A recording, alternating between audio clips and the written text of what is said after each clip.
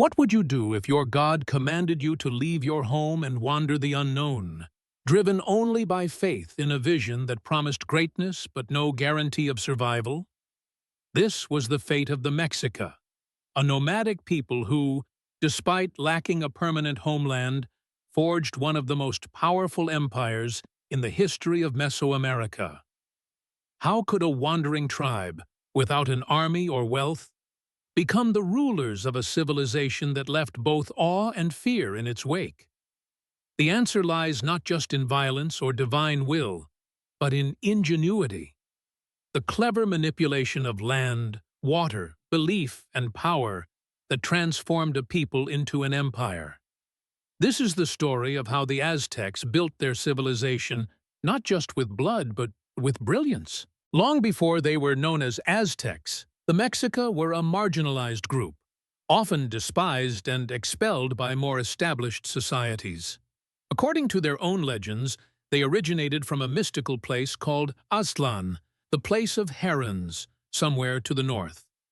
Their god Huitzilopochtli, a fierce deity of sun and war, gave them a sacred mission: abandon Aztlan, travel southward, and establish a new home where they would find an eagle perched on a cactus devouring a snake. This vision would be their sign, and until they saw it, they would know no peace. The journey was brutal.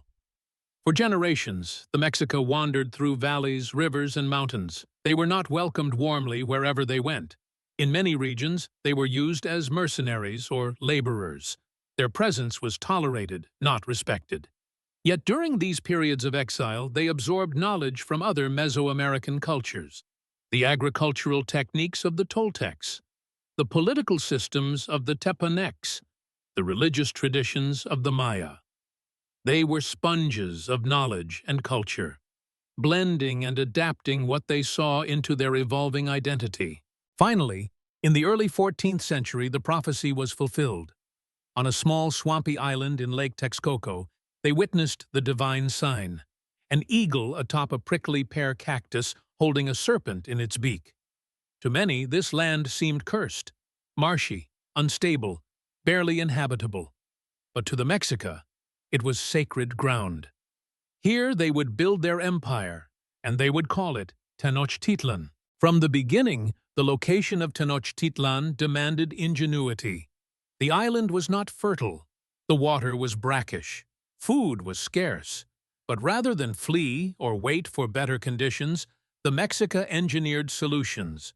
They developed chinampas, floating gardens, by weaving reed rafts and anchoring them to the lake bed, then piling on soil and compost. These artificial islands became highly productive farmland, capable of growing maize, beans, squash, tomatoes, and even flowers. Chinampas not only fed the growing city, but became a symbol of the Aztec genius, turning adversity into advantage. They constructed causeways, raised roads connecting the island city to the mainland that could be used even during flooding. These were marvels of engineering, built with layers of stone and mud, reinforced by wooden stakes and guarded by drawbridges. Alongside them, aqueducts brought fresh water into the city from springs in Chapultepec, another feat of planning and labor. Tenochtitlan became a city of canals, bridges, and dazzling urban design, rivaling any metropolis in Europe or Asia at the time. By the early 16th century, it housed over 200,000 inhabitants, larger than London, Rome, or Lisbon. But ingenuity wasn't limited to physical infrastructure. The Aztecs crafted an administrative and social system that centralized power while maintaining control over a vast and diverse territory. The emperor, Huitzilopochtli, was both a political ruler and a divine figure, chosen not just for noble birth, but for wisdom and military skill.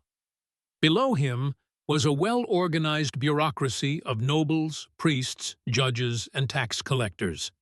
Tribute from conquered regions flowed into Tenochtitlan: food, textiles, weapons, gold, jade, obsidian, feathers, and even human captives. Here we begin to see the darker aspect of Aztec brilliance. Their empire was sustained by war, not for territorial expansion alone, but for religious necessity. The gods, particularly Huitzilopochtli, required nourishment in the form of human blood. War was not merely a tool of dominance, but an obligation to uphold the cosmic balance. The Flower Wars were ritualized conflicts meant not to conquer, but to capture. Prisoners were taken alive, then sacrificed in great ceremonies atop the towering Templo Mayor. This may seem barbaric by modern standards, but within Aztec cosmology, it was a sacred duty. They believed the universe was cyclical and precarious. The sun itself had died and been reborn in previous ages. To prevent its demise once more, they had to feed it with human hearts. Sacrifice was not cruelty. It was salvation. And in this belief system, victims themselves were honored. They were not murdered, but transformed, given to the gods in the highest form of offering. The logic was brutal, but deeply spiritual. The fusion of war, religion, and governance was no accident. It was a masterstroke of psychological and cultural engineering. By aligning religious duty with political obedience, the Aztec elite ensured stability. Provinces, too afraid to rebel, sent regular tribute. Nobles loyal to the emperor served as intermediaries. Priests interpreted omens, guided decisions, and educated the children of the elite in Kalmakaks, schools that taught astronomy, philosophy, law, and warfare. Aztec ingenuity even extended to language and art. Nahuatl, their tongue, was elegant and metaphorical, full of poetry and double meanings, codices, illustrated books made of bark or deer hide, recorded genealogies, tribute lists, astronomical cycles, and sacred stories. Their sculptors created masterpieces in stone, not just of gods and kings, but of serpents, eagles, jaguars, symbols of power and transformation. Even their calendar system, with its interlocking 260-day ritual calendar, Tzolk'in, and 365-day solar year, Xiuhpohualli, reflected a nuanced grasp of astronomy. And yet, all this sophistication, the gardens, the rituals, the empire, was built on a precarious foundation. The very strength of the Aztec system, its reliance on tribute, fear, and divine justification, also made it vulnerable. The people under their control did not forget the taxes, the sacrifices, or the resentment. When strangers from across the sea arrived, pale-skinned and steel-armed, they did not find a united empire.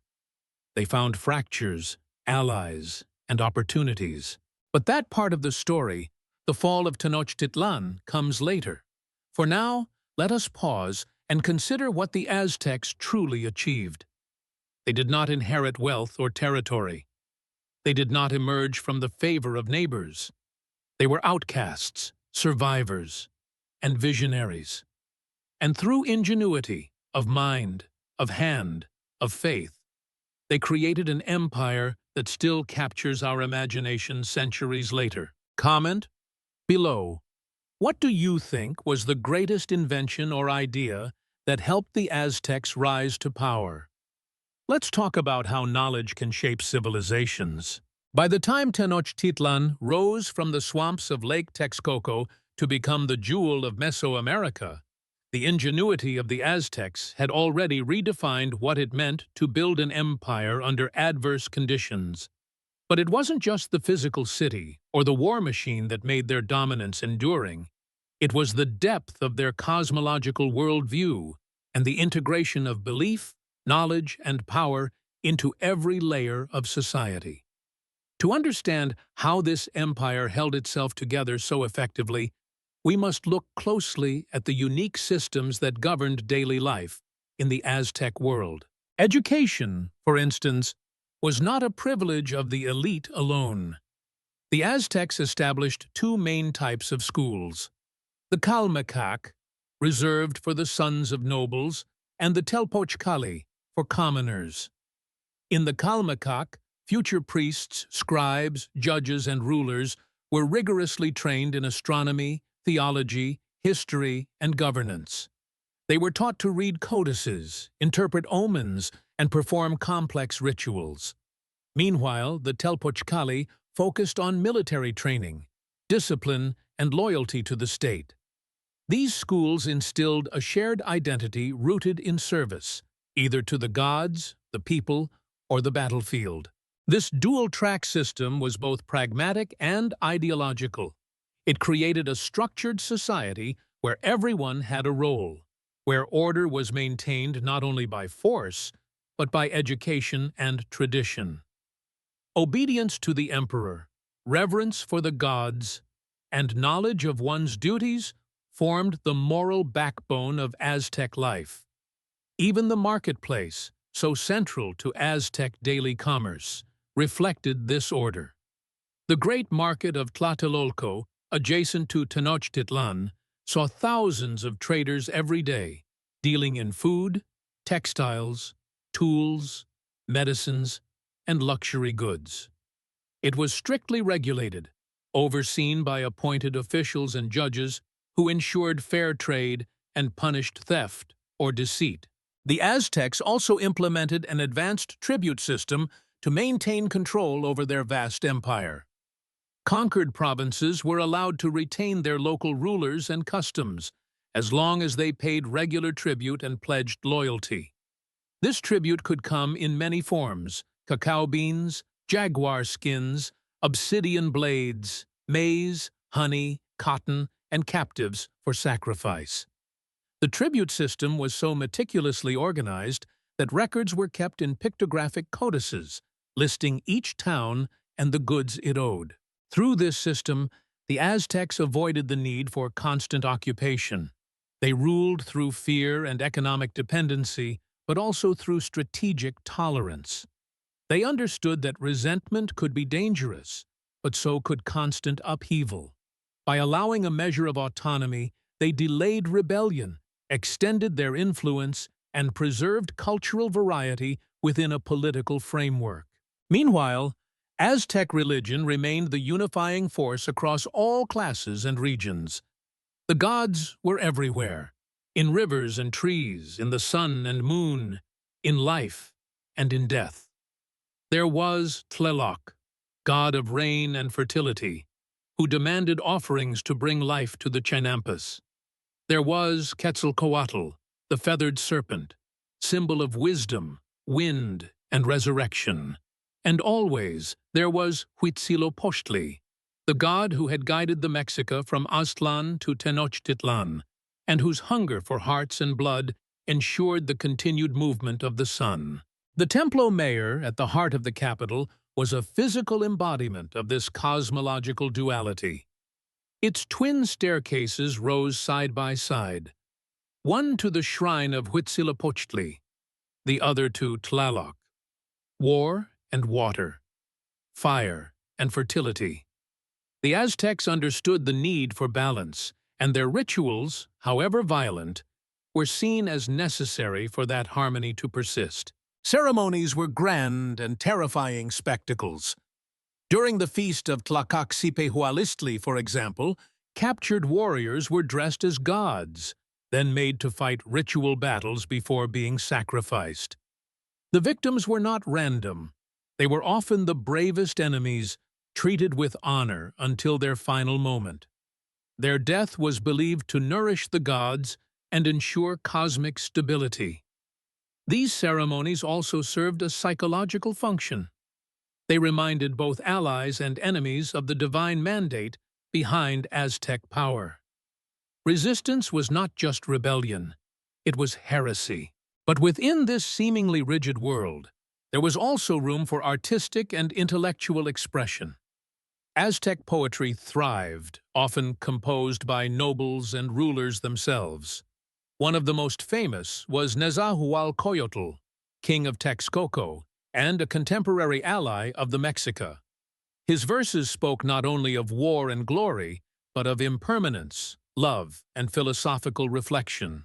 I, Nezahualcoyotl, ask, do we truly live on earth? Not forever on earth, only a little while. Though it be jade, it will be broken. Though it be gold, it is crushed. Though it be quetzal feathers, they are torn. Not forever on earth, only a little while. Such words reflect the existential awareness that ran beneath the surface of Aztec confidence. Despite their military might, they understood the fragility of human life. Their worldview did not promise eternal comfort.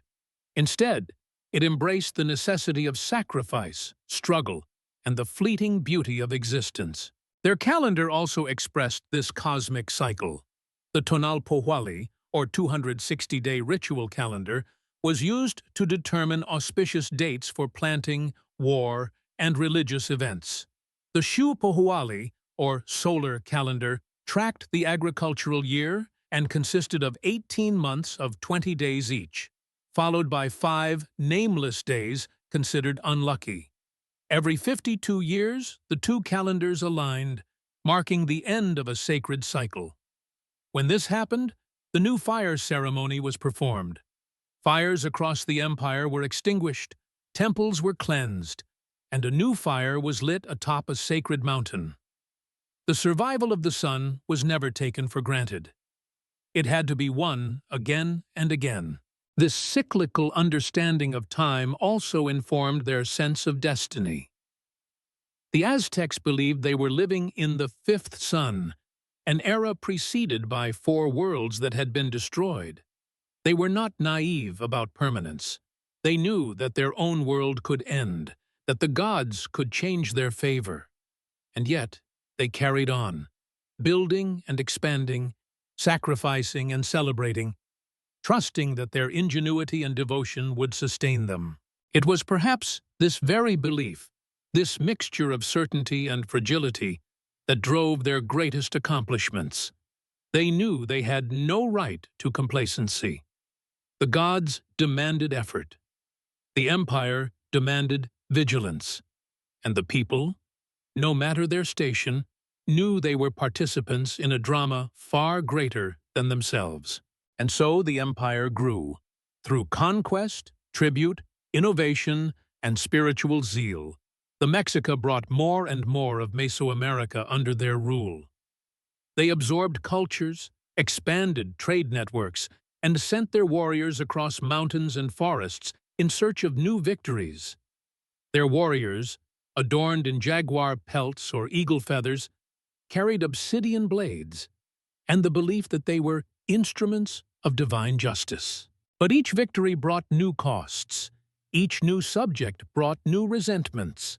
Beneath the polished streets of Tenochtitlan and the grandeur of the Templo Mayor, tensions were simmering. Provinces longed for freedom. Nobles feared rivals.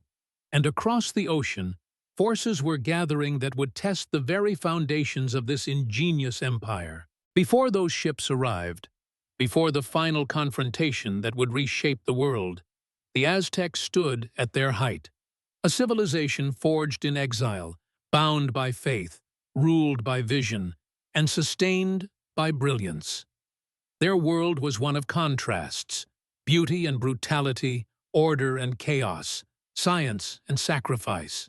But even the sun, in Aztec belief, must eventually fall from the sky. Comment below. Do you think the Aztecs' belief in cyclical destruction made them stronger or more vulnerable? Would your society be different if it truly believed that all things end? As the empire reached its zenith, the very forces that had elevated the Aztecs to power began to reveal their darker edges. Ingenious though they were in engineering, politics, and religion, the relentless pace of conquest and ritual sacrifice was placing immense strain on the societal structure. It was as if the Aztec world, in its obsession with maintaining balance through tribute and blood, had grown too heavy to sustain itself. The Mexica had built a city more advanced than many European capitals, yet the empire surrounding it was held together by fear, resentment, and the unceasing need for expansion. And it was in this climate that the first ripples of a distant storm began to reach their shores. But before the arrival of the Spanish, the Aztec world must be understood in its final pre-contact form, a brilliant yet brittle construct. Tenochtitlan stood as the symbolic and functional heart of the empire. Its architecture was monumental, with the Templo Mayor at the center, rising in tiers toward the heavens, a reminder of the sacred nature of the city itself. The urban layout followed cosmological principles. The city was divided into 4 cardinal districts, each aligned with a direction and deity, reinforcing a sense of divine order. Streets and canals interwove in a grid-like system, allowing for efficient transportation by foot or canoe. At every level, the city projected both power and symmetry. Nobles lived in stone homes with inner courtyards, gardens, and private altars.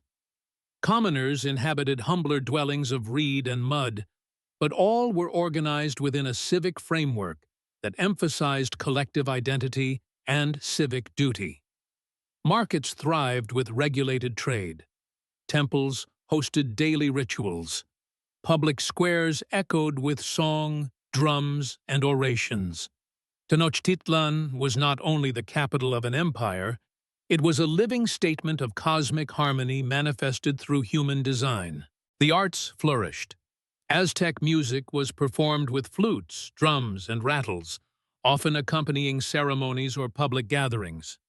Dance was not entertainment, but a form of devotion and storytelling. Sculpture reached impressive levels of sophistication, especially in works depicting deities like Coatlicue, the earth goddess whose statue, now housed in the National Museum of Anthropology, is a masterwork of spiritual terror and maternal power.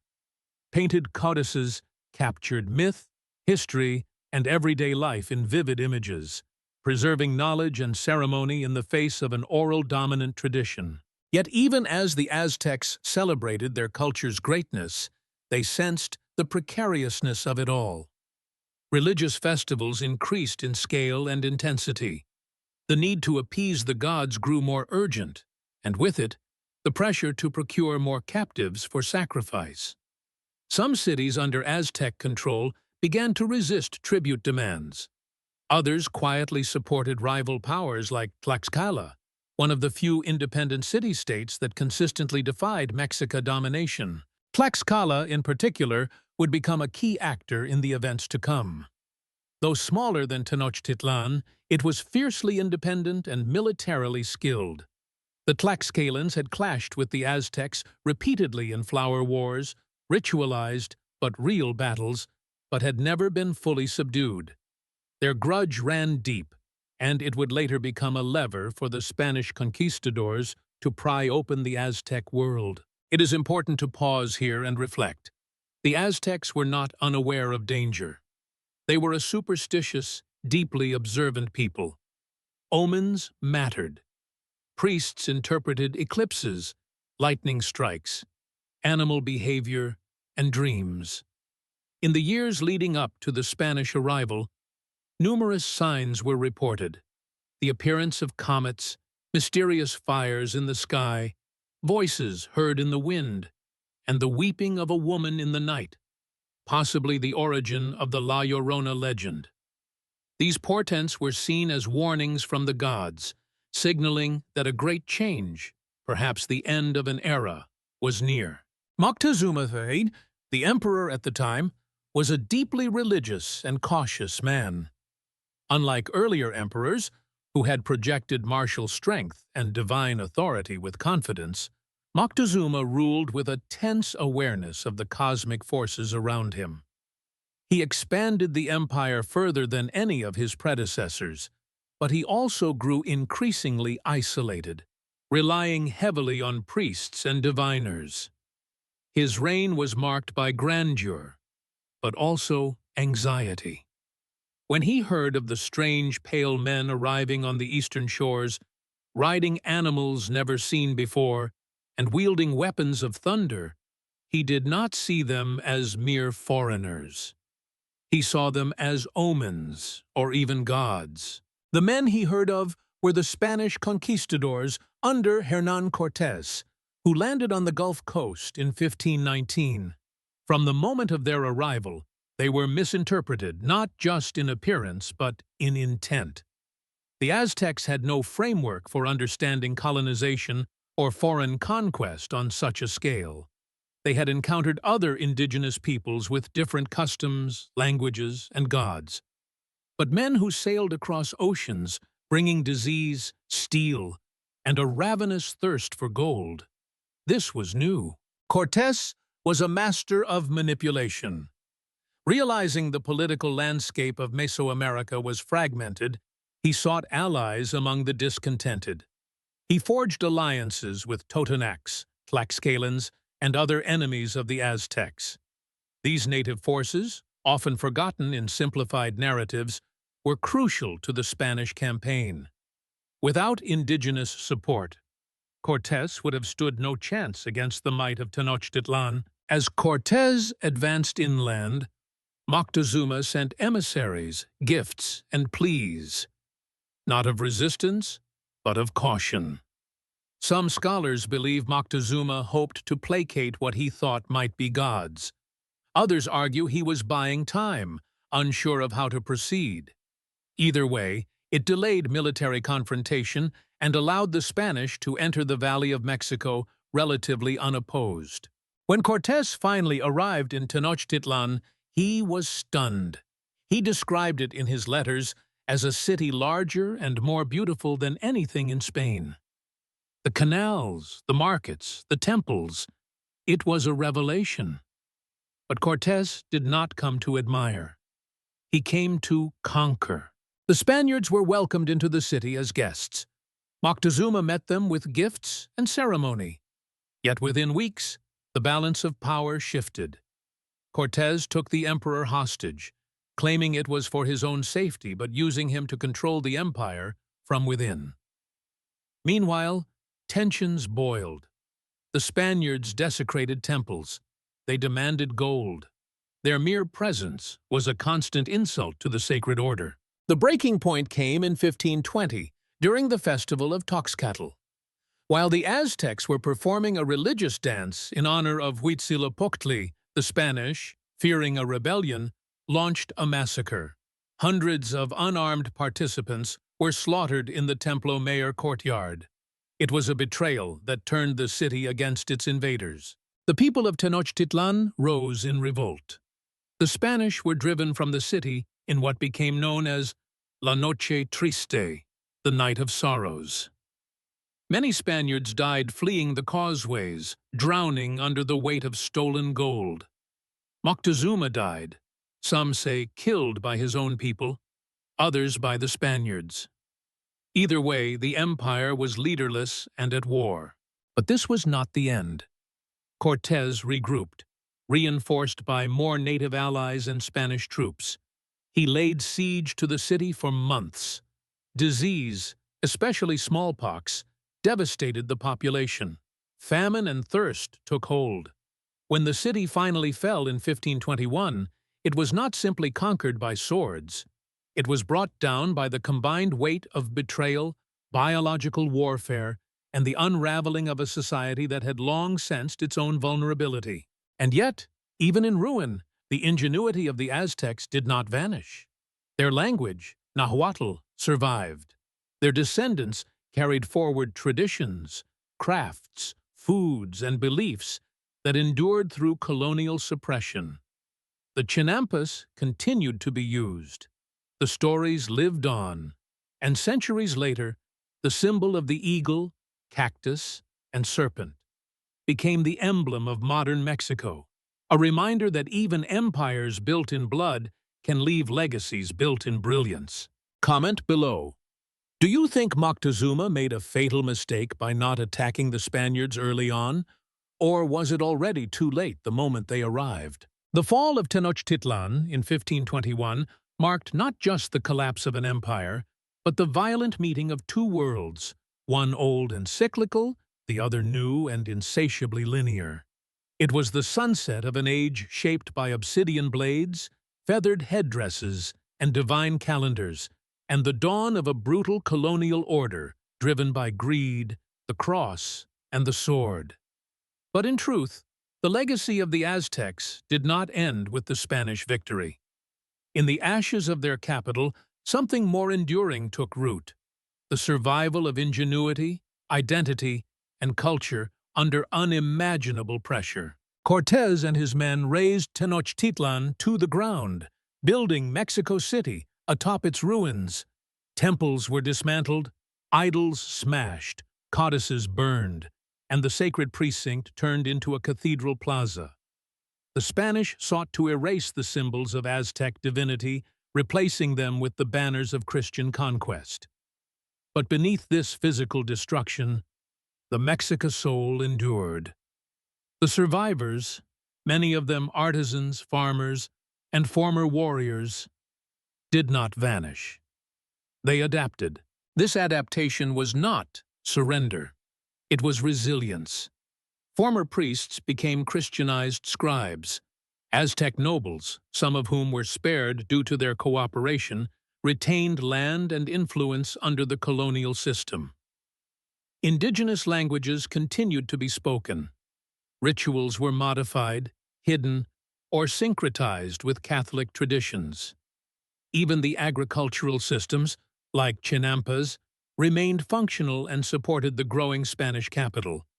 In other words, the tools of Aztec brilliance proved more durable than their empire. This speaks to the broader truth that ingenuity outlives conquest. While the Spanish imposed their religion, governance, and economic systems, they also relied heavily on native knowledge. Nahua scribes created annals in Latin letters. Indigenous stonemasons built colonial churches using the same techniques they once used for pyramids. Markets, still bustling, were now taxed by new rulers, but their structure remained indigenous. And over time, colonial society itself became mestizo, a blend of indigenous and European, a hybrid born from collision and adaptation. Many of the foundational systems of pre-Hispanic life continued in altered forms. The tribute system transformed into encomiendas, grants of indigenous labor to Spanish colonists. But the concept of tribute had predated the Spanish. The difference now was who collected it and under what name. Similarly, schools shifted from Calmecac to missionary education. Yet Nahua elites were still educated, and some went on to write important post-conquest texts that preserved Aztec worldview, such as the Florentine Codex by Bernardino de Sahagún, which relied heavily on indigenous accounts and perspectives. In this period of cultural trauma, Aztec cosmology did not disappear. It was reshaped. The stories of the gods found echoes in Christian saints. Tonantzin, the earth goddess, reappeared at Tepeyac as the Virgin of Guadalupe. Symbols were overlaid, meanings reframed. This syncretism was not a trick of submission, but a survival tactic. It allowed the indigenous people to hold on to what mattered most, even if in disguise. The Spaniards, for their part, never fully understood the depth of what they had destroyed, or what they had inherited. They marveled at the beauty of Aztec gold, yet melted it down. They recorded Aztec poetry in Latin script, yet called it savage. They praised the order and complexity of the empire, but failed to recognize that the very systems they were exploiting had been built long before their arrival. Even centuries later, the ingenuity of the Aztecs continues to astonish. Archaeologists uncover remains of aqueducts, temples, and artifacts that speak to a level of sophistication rivaling any Old World civilization. The Mexica had mapped the stars, regulated a massive urban population, managed resources in a challenging environment, and created a socio-religious system that endured beyond their political defeat. Modern Mexico still bears the imprint of this legacy. The national flag's central symbol, the eagle devouring a serpent atop a cactus, comes directly from the founding myth of Tenochtitlan. Nahuatl terms are embedded in everyday Spanish: chocolate, xocolotl; tomato, tomatl; avocado, ahuacatl. Day of the Dead rituals, while Christian in name, echo ancient Aztec ceremonies for the deceased. And in contemporary art, music, and scholarship, the Aztec story is told and retold, not as a footnote of conquest, but as a foundational pillar of identity. It's worth reflecting here on what makes the Aztec story so powerful, especially today. It is not simply the tale of a bloody empire, nor of a tragic fall. It is the narrative of how human creativity can build wonders from nothing, how a people rejected and exiled became the architects of canals, calendars, and cities. It is a story of how faith, both spiritual and cultural, can guide generations through suffering, success, and catastrophe. And most importantly, it is a story of how ingenuity, true ingenuity, is not confined to tools or inventions. It lives in adaptation, reinvention, and survival. The Aztecs did not just build an empire of blood and war. They built a way of life so resilient, so intelligent, that it has continued to speak across the centuries, even from beneath the ruins. The next time you walk through the heart of Mexico City, beneath the traffic and cathedrals, know that you are treading upon one of the most extraordinary feats of human determination and brilliance ever witnessed. Beneath your feet lie the stones of Tenochtitlán, the city that should never have been possible, and yet thrived beyond imagination. Comment below. What do you think is the most impressive legacy left by the Aztecs? Is it their architecture, their rituals, or the endurance of their identity? To understand the legacy of the Aztecs is to engage with a civilization that fused violence and vision, fear and faith, pragmatism and poetry. Their empire was not only built on conquest, sacrifice, and dominance, it was also rooted in learning, creativity, and resilience. At its height, it exemplified the sheer power of ingenuity in the face of geographical, political, and spiritual challenges. And, in its fall, it demonstrated the fragile beauty of human ambition caught between time and eternity. In the centuries since the Spanish conquest, the Aztec narrative has undergone many retellings, first through the lens of the conquerors, then through anthropologists, and finally, more recently, through the voices of descendants and scholars committed to decolonizing history. Early European accounts painted the Mexica as barbaric pagans addicted to blood and power. But this was, at best, a convenient excuse for invasion. The truth is far more nuanced. The Aztec worldview was deeply structured. The gods were not arbitrary or cruel. Each had a domain, a function, a necessity. Life itself was seen as a balance between opposing forces, light and dark, death and renewal, fire and rain. Sacrifice, while horrifying to us today, was their most sacred form of offering. It was believed that human life, when offered willingly or ritually, sustained the very fabric of the cosmos. Theirs was not a world of nihilism, but of urgent meaning. Every storm, every eclipse, every birth was part of a grand, divinely orchestrated order.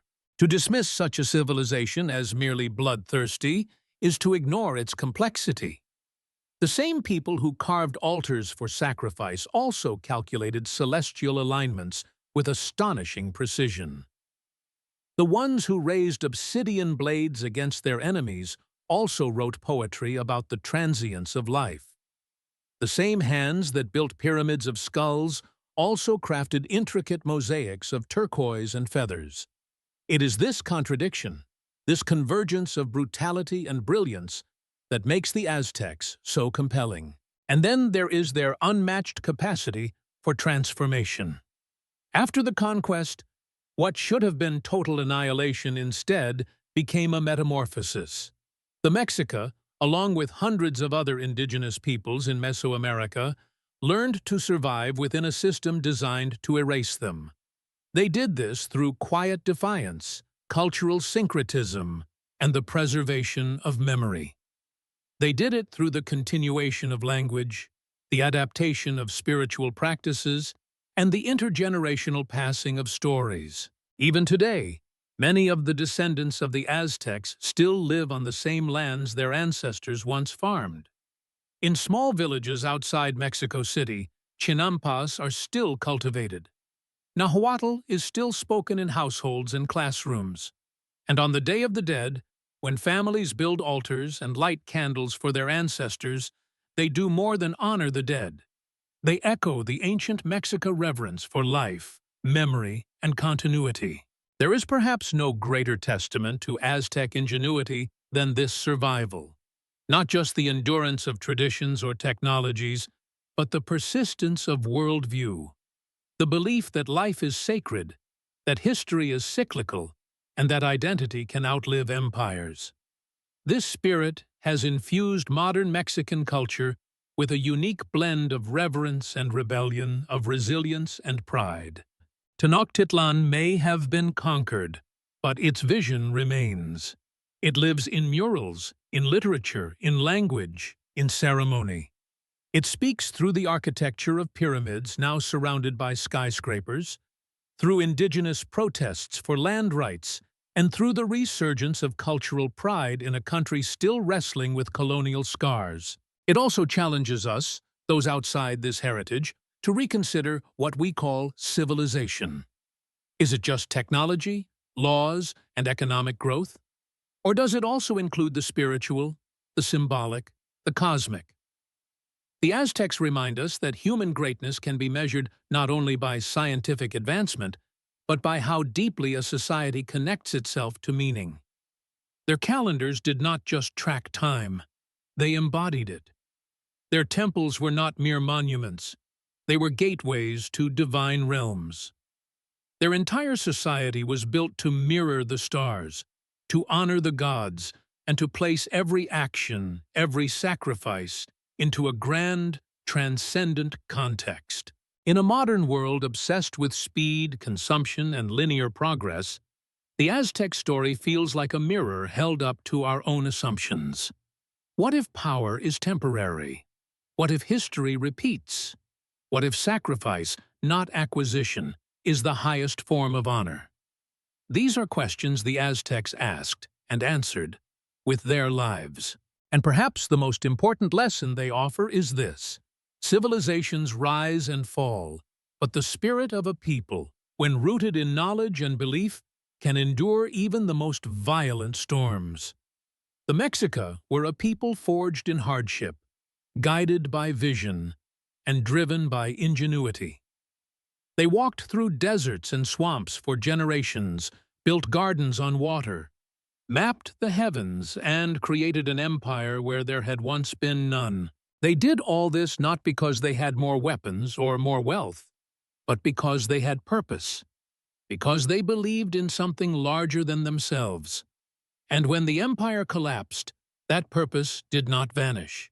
It shifted. It went underground. It waited. And today, in ways large and small, it still breathes. The story of the Aztecs is not just a tale of blood and war. It is a chronicle of brilliance, of how a people turned exile into empire, swamp into capital, and faith into engineering. Their ingenuity did not just sustain their empire, it made it unforgettable. Comment below. What do you think the world today can learn from the rise and fall of the Aztecs? Should we rethink how we define civilization? Thank you for watching this video. Click here to check out another interesting video.